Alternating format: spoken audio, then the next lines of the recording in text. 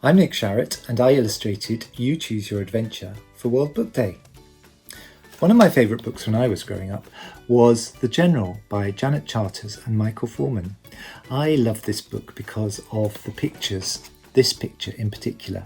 I loved all the detail and the bright colours, and it made me feel very, very happy. I lost this book when I was still quite young, but I never forgot the pictures. Many years later, I found a copy of the book again, and when I opened it up, I was so pleased because I'd remembered the pictures exactly.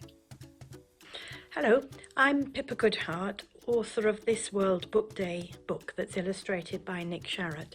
And I just wanted to show you a favourite book from my own childhood, and it's this great big hardback, beautiful book, picture book about ducklings. And it was special to me because my lovely daddy brought it back from America, just for me, not for my siblings.